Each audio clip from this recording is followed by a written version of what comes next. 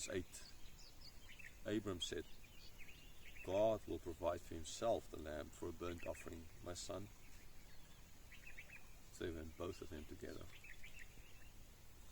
No, Abram, is he lying to his son? He could not have foreseen that this is going to end how it's going to end. Why didn't he tell the truth up there? I mean, ultimately Isaac, when they get to the top, he's going to allow for his dad to bind him and do all of these things together. So why, for what reason? Here it's kind of difficult to see why Abram is doing it. Maybe this is what he hoped for. Although he believed that God can bring him back from the dead, but maybe there was because he didn't, this is how God's act, right? But still, the hope of a father, especially as not a baby, it's a teenager, there must have been something else here at play. And I think it's just a kind of,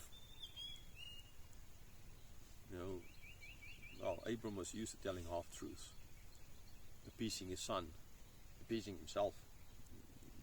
I think more appeasing Isaac, most likely, by giving such a kind of an answer, a non-answer in a certain sense.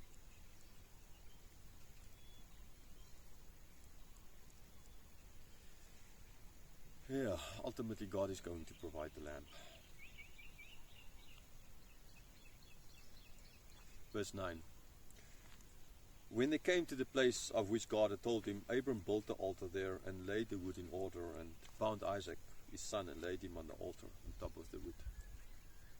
So here he comes and come to the top. They built the altar, lie down the wood, and still no lamb. I mean, just imagine here. Okay, so here Abram and Isaac, they're building the altar. Isaac would have sure helped. He would most likely have done most of the work, right? Because he's a young guy and he's the son and doing most of the work, most likely. Okay, again, I can't see Abram doing most of the work. Isaac is a young guy, he would be doing it. Abram would be just helping, kind of, right, with heavy heart, most likely, right? Okay. There's no lamb there.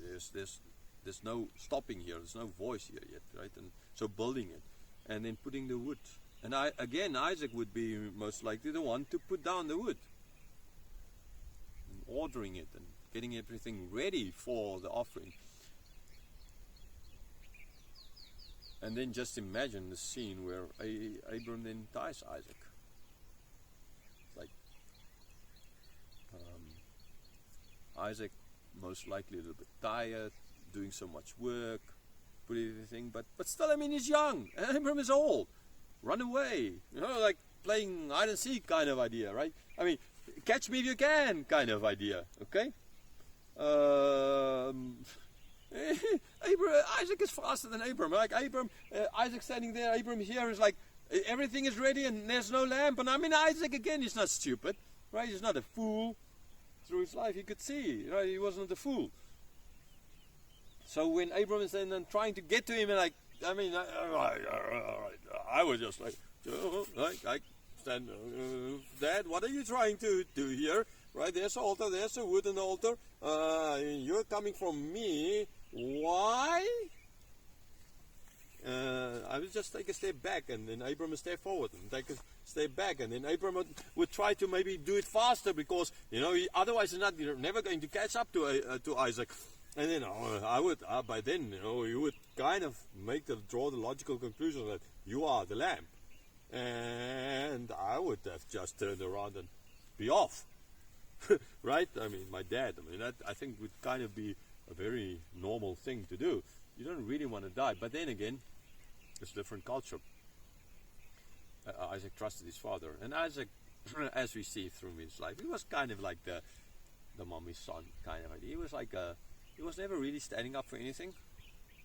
He was always kind of just accepting things as is. He was a little bit spineless, honestly. But still, give him credit. He did allow for this. Again, the focus is not here on Isaac and him allowing this. It's very short. It doesn't even say that Isaac allowed for it. Because Isaac is not the focus of it. Abram is the focus of it. Right? This is about Abram. This is about Abram's faith. This is about God and Abram. It's not about all the other people that might be around. This is not about how Isaac and why Isaac is doing it. This is about God and Abram. Okay? Just last night I had a kind of a discussion with Nehemiah about the names, and he was like saying that the name Isaac, if he had a son like Isaac would be, because that, or he would have liked that name. And I was like, why? Like, I mean, Isaac wasn't really a good, I mean, it was not, we read very little about him. He seemed like a very spineless kind of a person. He doesn't seem like I don't think I would have liked my son to have a name Isaac. I mean, it was like, it's like, why? Well, it's because of Abram, of the shine of Abram on Isaac, that we think Isaac is his great name, right? While Isaac will say, laughter, not the best of names, like Joseph may be a name. He'll explain, like, no, Joseph, and look at Joseph's life. Not that Abram, but that, like, we think Isaac is a nice name because of Abram, but look at Joseph, right? Now Jacob, we don't think Joseph maybe is a good name because Jacob, okay, deceiver. But Joseph, I was like saying, I look at Joseph's life and I'm trying to find a place where Joseph did something wrong, right? There's no real handle there to anything that Joseph did wrong, like absolutely nothing. Now we will get still to Joseph's life and why this is, but that would be a lot for a boy, a lot better name to have than Isaac, right? So because of Abram. So why I'm digressing here is just to show that it's not about Isaac. We get in Sunday school again, or churches and sermons, we learn so much about the story that we then see Isaac as this great kind of guy, but it's more to do with Abram. This story is not about Isaac, right? Yes, I'm pretty sure Isaac is playing a role here, sure, yeah, but the focus of the Bible, the focus of the story, the one Moses writing the story down, is not focusing on Isaac. He's focusing on Abram. He's focusing on the relationship between God and Abram, not between Abram and Isaac, but between God and Abram, because this is about God. This is a test from God to Abram, not to Isaac, to Abram. Okay, so don't please lose this out of view, out of sight here. This is why, again, I say there could have been, and I think there were other people around, but the focus is not on them. The focus is not on Isaac. The focus is here on God and Abram. When the story is ultimately fulfilled with Jesus on the cross, the focus is on God and Jesus. Right there, the focus is not on God and, like John, for example, standing, or on Mary, God and Mary kind of idea. There, the focus is clearly on the God, the Father, and the Son. Okay? Right. So, how all of this happened, how he allowed for it, why Isaac allowed for it, that is not what that's not important. That's not what Moses is getting at, and so forth. Therefore, it's just, he bound him up and he laid him on the wood. Straight, simple, plain, fact, stated. Verse 10. Then Abram reached out his hand and took the knife to slaughter his son. Now, yeah, in the children's Bibles we always get this thunder and lightning kind of idea. Abram standing with a knife and like Isaac blindfolded on there, like just going to stab him kind of idea, right? Yeah, I mean, I don't think there was thunder and lightning or anything like that. That part of the world is not that common anyhow. I think they're trying to, in these children's Bibles, trying to bring out this foreboding idea, right? I mean, I've seen lots of children's programs working with kids. I've seen a lot of these children's videos on this story, and every time it's like this foreboding, because, I mean, in that sense, they are like pushing our thoughts in a certain direction. Okay, pushing our thoughts in the direction to show how Abram would have felt. Again, I think, I mean, that is then enforcing us to see this text in a certain way, which maybe we are missing out. This is not, this is not like how it looked like when Jesus was on the cross. It was something different to play. So, verse 11. But the angel of the Lord called to him from heaven and said, Abram, Abram. And he said, Here I am. Okay, so like in the first verse, and again, calling out God, calling to Abram, angel of the Lord, pre-incarnate Christ. Abram, and Abram answers, okay, Here I am. Verse 12. He said, Do not lay your hand on the boy or do anything to him. For now I know that you fear God, seeing you have not withheld your son, your only son, from me. Okay, so it's a test to him. We started off with seeing this test of God to Abram. And now he says that, yeah, I see that. I mean, God knew that this is why he had the lamb prepared. Before God made Adam and Eve, he had the lamb prepared. That is Jesus. Right? It's not, again, please, man. I've said this again 1,000 times. It's not as if God didn't know. God knew. Abram didn't know. Abram had to know. Right? If you look at Abram's life, as explained in the introduction, go and watch that. Right? How he had to grow through. Abram didn't know yet. Is he at that stage? And now Abram knows that yes, he is there. He got through this. God got him through this. God taught him. And God got him to the place where he is now willing to do this. For Abram's sake. Abram had to learn this, not God. Okay, and so yes, Abram through this now sees that he does fear God. Right, he grew. He's not the Abram who lied about his wife. He's not the Abram who slept with Hagar. He's not the Abram thinking that his servant will be. He's not that Abram anymore. Not the Abram worshipping the moon gods there in Ur of the Chaldeans. God got him out of there while he was dead in his sin. And then God made him alive to get him to this place where he is truly Abraham.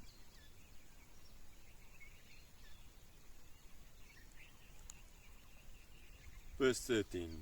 And Abram lifted up his eyes and looked, and behold, behind him was a ram, caught in a thicket by his horns. And Abram went and took the ram and offered it as a burnt offering instead of his son. So he looked around and said, Oh, there's a ram. Maybe the ram was there the whole time. Abram just didn't see it, but because it was not red. Well, now the ram is there. I mean, whichever way God. And so he went. There's the bush. He went. He got the ram. He brought the ram back. Most likely tied up the legs of the ram, because if you've seen a sheep, they're kicking with the feet kind of idea, right? Otherwise, it would not be possible. If you share a sheep, I've seen that lots growing up on the farm, sharing the sheep. Man, they kick a lot. But then when they're like lying on their back and you start the sharing, they're like, calm down. You can share. It's like share the sheep. It's like as if they kind of know that it's dangerous for them to kick now, because then they will be hurt in the process. That's our sheep. That's how they are. Okay, now this ram, tying him up, bringing an offering instead of his son. Verse 14. So Abram called the name of the place, the Lord will provide. As it said to this day, on the mount of the Lord it shall be provided. The mount of the Lord, Mount Moriah, the temple will be built there. God provides. Okay. In the conclusion to this chapter, I'll get back to the whole how this plays into Jesus on the cross part. Right. The Lord provides. Mount Moriah, the mountain of the Lord shall provide. They're not there yet. The people, they're on their way to the promised land. Moses and his people leading them. They're on their way. They know that they're God. Ultimately, God is a provider, like God did here. Like God provided for them. Like God was providing for them manna out of heaven so that they could eat every day. God provides. God keeps his side of the covenant.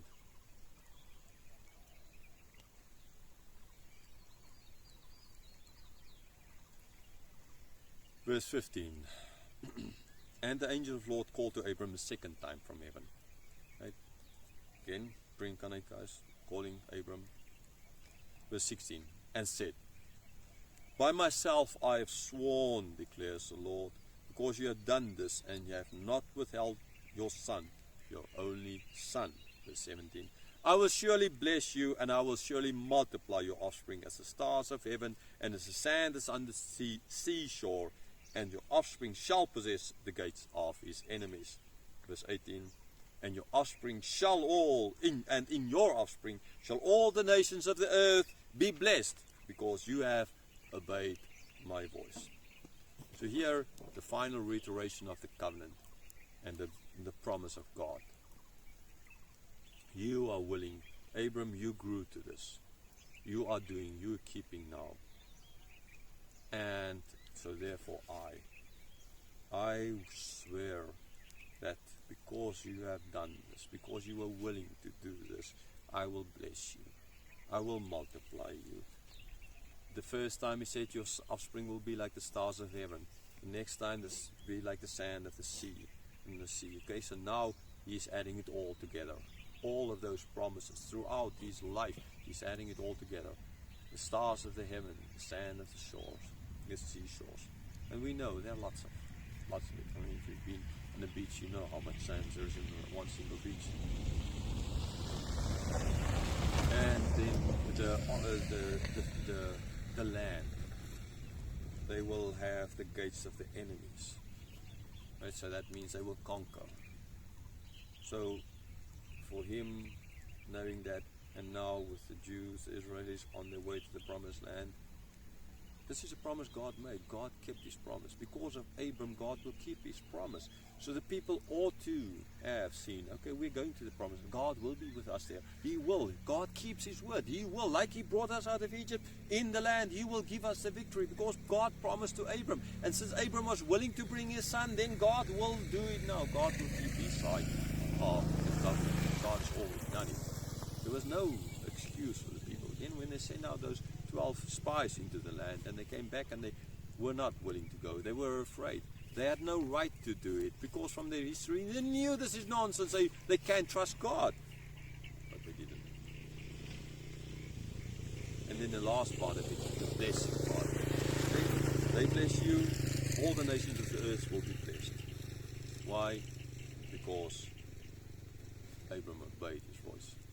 Now we are children of Abram, it's stated in the New Testament, because in the faith in Christ. And yes, all the nations of the earth be blessed. There's a church everywhere, and at least there are Christians in every country of the world. I know in certain countries, sure, the church is persecuted, and church is not allowed to be built, etc. Right? So yes, I know, but even there in those countries you will find Christians. There are. God, and it's a blessing. I know again here that people, atheists and others, will say that Christians are not a blessing. Look at the Crusades, look at other things Christians do. We're trying to stop women from having abortions, so not a blessing, right? Right. So lots of people say that we are not a blessing. But if you look at the work of the church throughout the centuries, then you see, and if you're honest, then you'll see that, yeah, it is a blessing. It is more a blessing than it's a curse.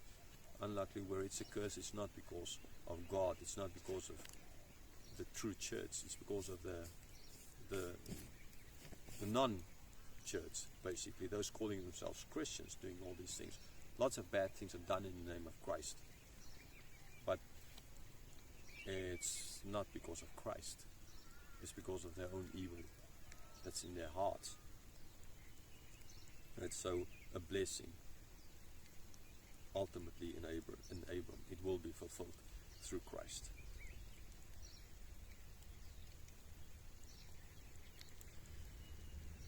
Verse 19.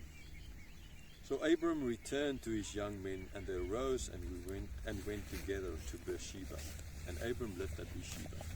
So just interesting, the fact is here, Abram and Isaac returned, but it's not mentioned that Isaac is there as well. It's just mentioned Abram returned. Although Abram earlier said that he will return, now just Abram is mentioned. So why isn't Isaac kind of mentioned here? I mean, that's not because, again, the focus is on Abram, right? This is where Abram is, where it's important. And then he left, and he went to Beersheba, where then lived. Verse 20. Now after these things it was told to Abram, behold, Milcah also had borne children to your brother Nahor. Uz his firstborn, Buz his brother, Chemel the father of Aram, Chesed, Azor, Pildas, Jitla, and Bethel. Now, I mean, just imagine Abram had one son, and he nearly had to kill him and bring his offering. Now he hears that his brother gave birth to all these sons. So why is this important? Well, it's actually important because of Rebecca here, right? So here we have names he heard. Well, they were, I mean, the news did travel, okay? So from there he heard that his brother gave birth to all these children. Verse 23, Bethuel fathered Rebecca. These 8 now Abram's brother. Okay? So actually the more important name in this list is Rebecca. Why? Because Rebecca is going to be in soon, not next chapter, chapter after that. The focus turns to Rebecca and Isaac, because Rebecca is going to be the one who will ultimately be married to Isaac and give birth to Jacob and Esau, and then we know that Jacob is the one who gives birth to the 12 through Leah and Rachel. Okay, so therefore females are very seldom mentioned in the Old Testament in these lists, and when they are mentioned it is because of the role they're going to play. So there's already this kind of showing of what is happening or going to happen, like a preview of what lies ahead. But for them it's a preview of what lies ahead. Abram at that stage had no idea that Rebecca is going to play such an important role, but the people in the desert, they know that Rebecca is going to play an important role, so for their sake her name is added here. Verse 24, moreover his concubine, whose name was Reumah, bore Tiba, Gaham, Tash, and Maacah. Now if you add up 8 plus 4 it gives 12. Ishmael had 12 children. Here Milcah had 12 children, 12 sons. Ishmael 12 sons. Jacob is going to have 12 sons, so the perfect number. But ultimately it's not those 12 sons of Ishmael, it's not the 12 sons of Milcah, it's the 12 sons of Jacob who is going to take everything further away. Further, like from where Jesus ultimately will come. Okay, so now it's just the conclusion of the chapter left, and in the conclusion I want to just bring out this whole, compare this to Jesus.